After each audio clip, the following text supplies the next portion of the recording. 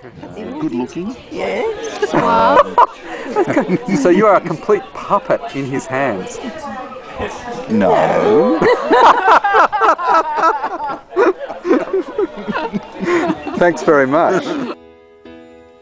When I was young, I'd listen to the radio, waiting for my favorite songs. When they played, I'd sing along. It made me smile. However, our admiration was for Elizabeth, for whom nothing was a trouble where her mother was concerned.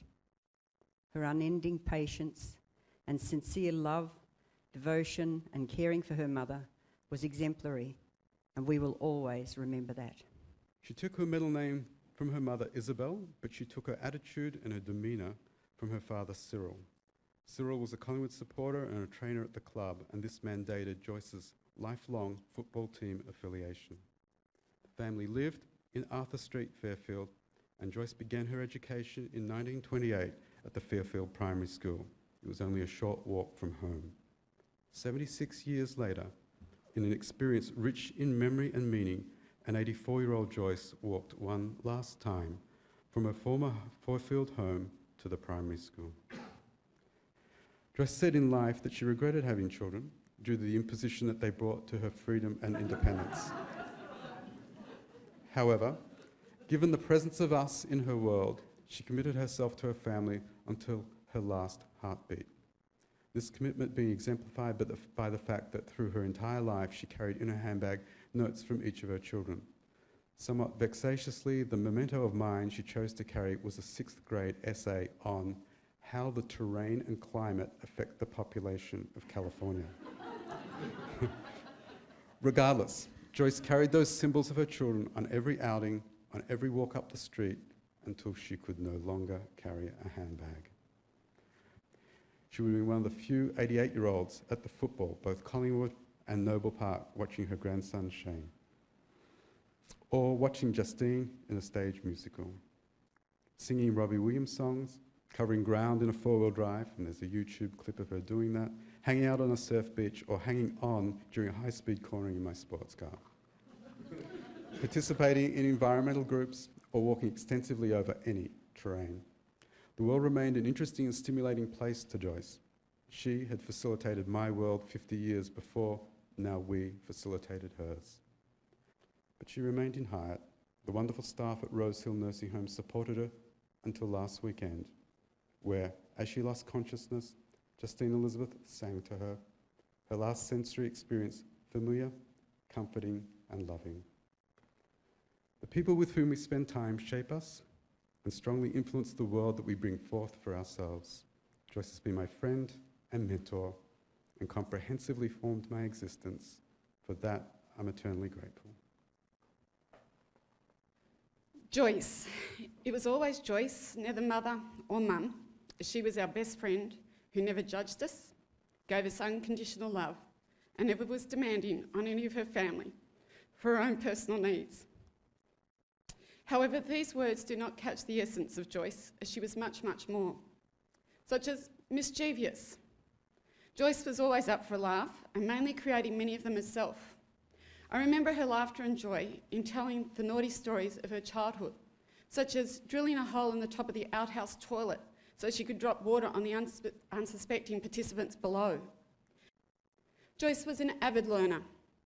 Joyce was a strong believer in education and learning. We were always told the story of how her beloved father Cyril and his sisters were not given the opportunity to go to school, and how he ensured that all his children were given an education, including his daughters. This value was imparted to us, and Joyce would by any means possible help us with our work and study and learning herself in the process. In addition to increasing her own general knowledge, she would avidly read newspapers and books till late at night. Strong. Joyce had a personal inner strength that allowed her to cope with any situation. She would not whinge or complain. She would just get on with it. This was the most apparent as she began to age.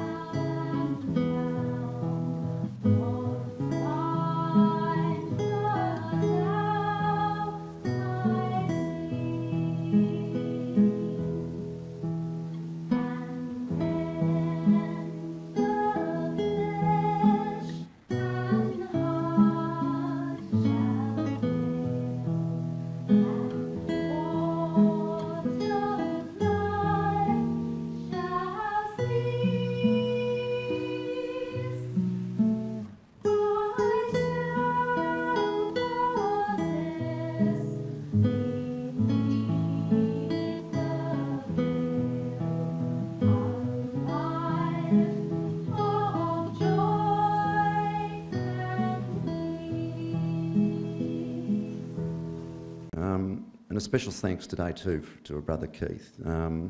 It takes some Matthew's guts to get here. He's had a tough time the last 7 or 8 weeks, and to be here today, Keith, that's fantastic. And I know you and I have got a few more bets to have, and the TAB and the odd beer or two, but yeah, it's really good. And I know it's not an easy thing for you, so thank you. She was black and white, Joyce, when it comes to views, but the debate never ended in any bitterness. It was fun, and that was good. We just walked away with differing views at times, and that was fantastic. So just in conclusion, a saying I want to repeat, and she, I